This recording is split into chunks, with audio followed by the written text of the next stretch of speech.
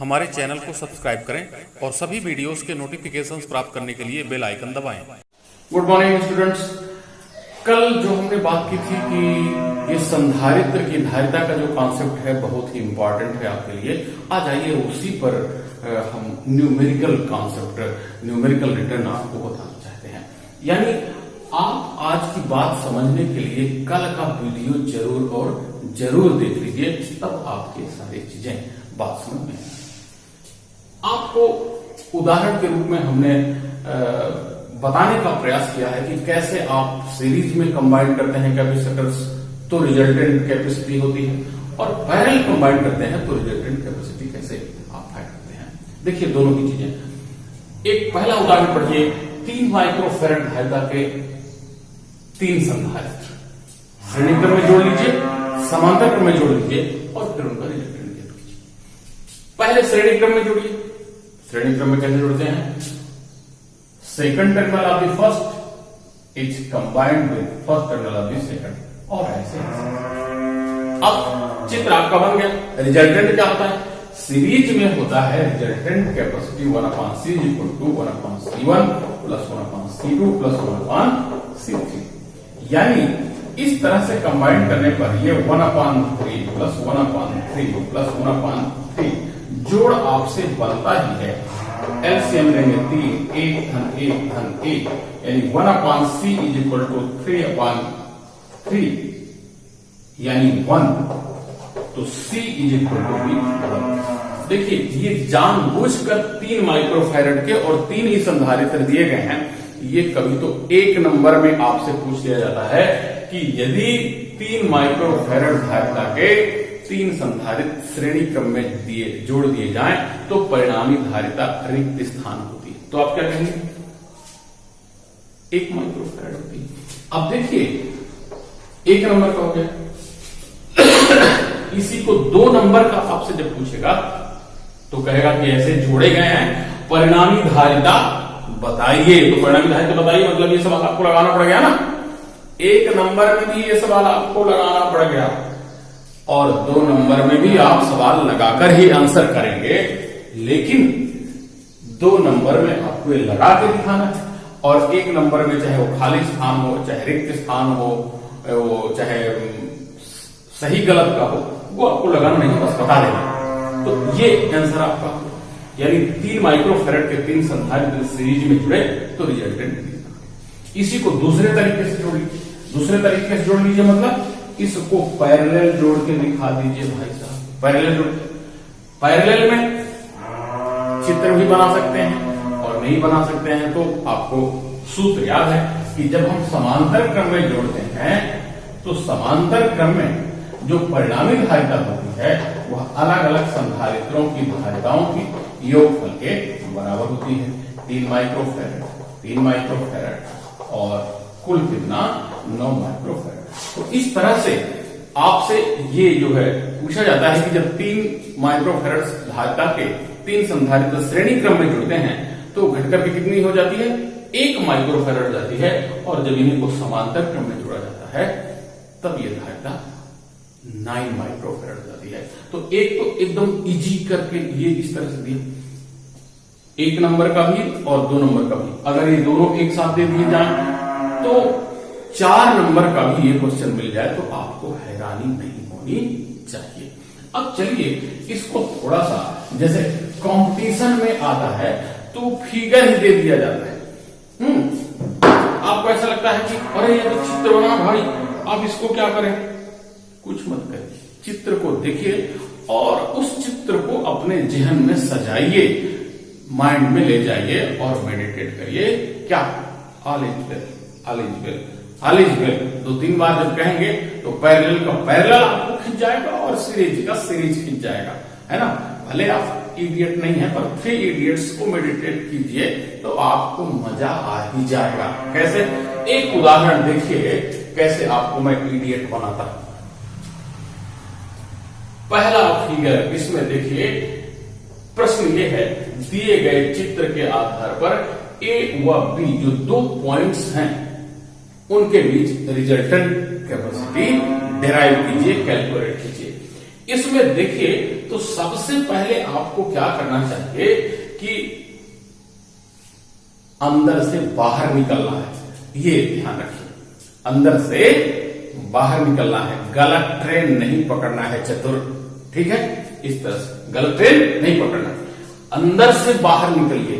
मतलब जो जहां से आपका जो एक्सप्रेशन है वो एक्सपांड हो रहा, फैल रहा है, यानी छोटे से बड़े की ओर जाना है। तो सबसे पहले आपको यहां पर अपना दिमाग कंसंट्रेट करना चाहिए कि ये जो 2 माइक्रोफैरड के 2 संधारित्र हैं, इमेजिन कर लीजिए कि इट इज पॉइंट सी और इट इज पॉइंट डी, ए और बी के बीच को तो निकालना है। तो पहले क्या करना है, इनको देखिए कि ये दोनों कैसे जुड़े हैं। आप जब चिंतन कर लेंगे तो लगेगा कि ये दोनों यार पैरेलल जुड़े हैं, क्योंकि यहां से इसकी एक हड्डी इधर गई है, एक हड्डी इधर गई और इसी तरह से ये। तो 2 माइक्रोफैरड के ये 2 संधारित्र पहले कहे में जुड़े हैं। तो सी व, जब आप पहला लगाते हैं सी व डी के बीच परिणामी, तो परिणामी धारिता, इसको अगर हम C1 कह लेते हैं सपोज, ठीक है, C1 कह लिए, पहली बार निकाल रहे हैं इसलिए क्या करते हैं C1 कहते हैं। तो ये कैसे पैरेलली जुड़े हुए हैं, तो क्या हो जाएगा C1 ये C1 इज इक्वल टू ये 2 माइक्रोफैरड प्लस 2 माइक्रोफैरड। तो C1 इज इक्वल टू कितना हो गया 4 माइक्रोफैरड, ये कितना हो गया 4 माइक्रोफैरड। अब आप देखिए फिर से सही ट्रेन पकड़िए। क्या ये 2 माइक्रोफैरड का पहला संधारित्र है और ये C1 वाला 4 माइक्रोफैरड का हो गया, यहां एक ही लाइन में आ गया ना, यानी सीरीज कॉम्बिनेशन। अब A व B के बीच अगर हम बात करें तो उसका मतलब है कि 2 माइक्रोफैरड का एक संधारित्र, 4 माइक्रोफैरड का एक संधारित्र और फिर से 2 माइक्रोफैरड का तीसरा संधारित्र, ये तीनों कहीं में जुड़ गए, सीरीज कॉम्बिनेशन में जुड़ गए। तो A व B बिंदु के बीच जो रिजल्टेंट कैपेसिटी होगी उसका मतलब है कि ये 3 जो कैपेसिटर्स हैं वो सीरीज कंबाइंड है। और सीरीज कॉम्बिनेशन में आपको फार्मूला मालूम है 1/C, resultant is equal to 1/C1 plus 1/C2 plus 1/C3। तो जो C रिजल्टेंट की वैल्यू है 1/2 प्लस 1/4 प्लस 1/2। अब आप निकाल लीजिए आगे, थोड़ा सा इसको मिटा दें, ठीक, आगे उसको देख लेते। तो ये जो है आगे इसको कैसे ले जाएंगे 1/C resultant is equal to, ये आप जानते हैं जोड़ तो आपको बनता है, मुझसे भी बनता है, गलत होगा तो बताना, ठीक। 4 एलसीएम आ गया और ये 2 2 4 या 2 दूनी 4, तो ये 2 आ गया, ये 1 आ गया और ये कितना जाएगा। तो 1/C resultant is equal to कितना आ 2 तो 4 5 5/4। कभी कभी लोग इतना ही आंसर कर देते हैं, देखिए ये अभी इनकम्प्लीट है, आगे आपको एक लाइन और ले जाना चाहिए, क्योंकि जो C रिजल्टेंट होगा वो हो जाएगा 4/5 माइक्रोफैरड। तो इस तरह से जब कभी इन फिगर आपको, तो ये जो विकल्प है विकल्प के रूप में भी आ जाता है, कभी 4/5 भी दिया रहेगा, 4 भी दिया रहेगा, 5 भी दिया रहेगा, 5/4 भी दिया रहेगा।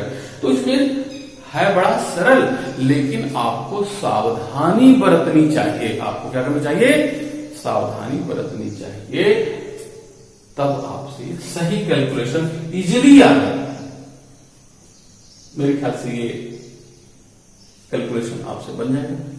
अब इसी तरह का दूसरा एक देखते हैं। देखिए 4 संधारित्र जुड़े थे, तो ऐसा लग रहा था कि थोड़ा कठिन होगा। आपको चित्र दिया है, आपको पैरेलल भी मालूम है, आपको सीरीज भी मालूम है, बस आपको क्या करना है, सावधानी पूर्वक कैलकुलेशन करना है, तो ऑल इज वेल हो ही जाएगा। दूसरा सवाल देखिए, दूसरा सवाल आपका फिगर में ये रहा, कौन सा, आपको सवाल दिया है A और B पॉइंट के बीच क्या करिए,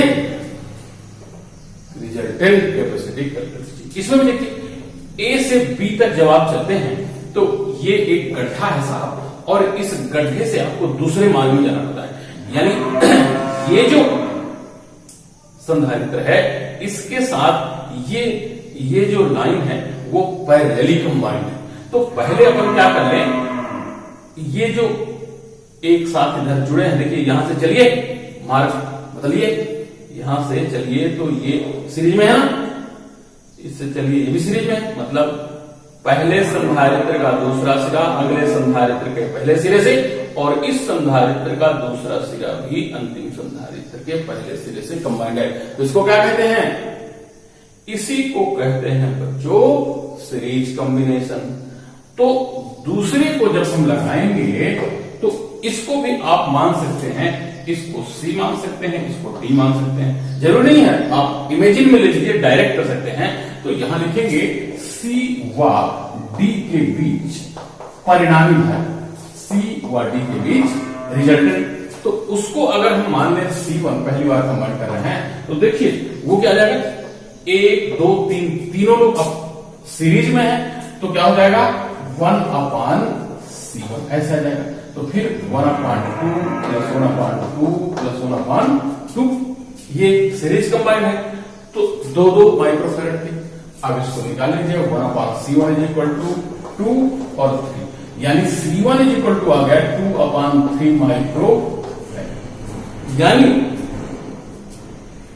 अब अगर हम ये कहें कि ये जो है सभी सीरीज वाले निकल आए, तो अब ये और ये जो रिजल्टेंट आया 2/3 माइक्रोफैरड, तो ये 2/3 माइक्रोफैरड वाला जो कैपेसिटर है वो इस 2 माइक्रोफैरड वाले कैपेसिटर के साथ कैसे जुड़ा है, वो पैरेलली कंबाइंड है, क्योंकि इसका फर्स्ट टर्मिनल और इसका फर्स्ट टर्मिनल, या इसका लास्ट टर्मिनल और इसका लास्ट टर्मिनल।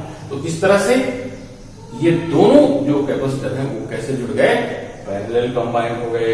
तो इस तरह से जो C रिजल्टेंट होगा वो क्या हो जाएगा, इस 2 माइक्रोफैरड और प्लस ये 2/3 माइक्रोफैरड से जो पैरेलली क्या होते हैं, जब हम समांतर क्रम में संयोजित करते हैं तो परिणामी धारिता अलग अलग संधारित्रों की धारिताओं के योगफल के बराबर होती है। निकाल लीजिए, तो C रिजल्टेंट = हो जाएगा ये 3 2 3 6 और 8, C रिजल्टेंट = हो जाएगा 8/3 माइक्रोफैरड। तो ये आपका आंसर है।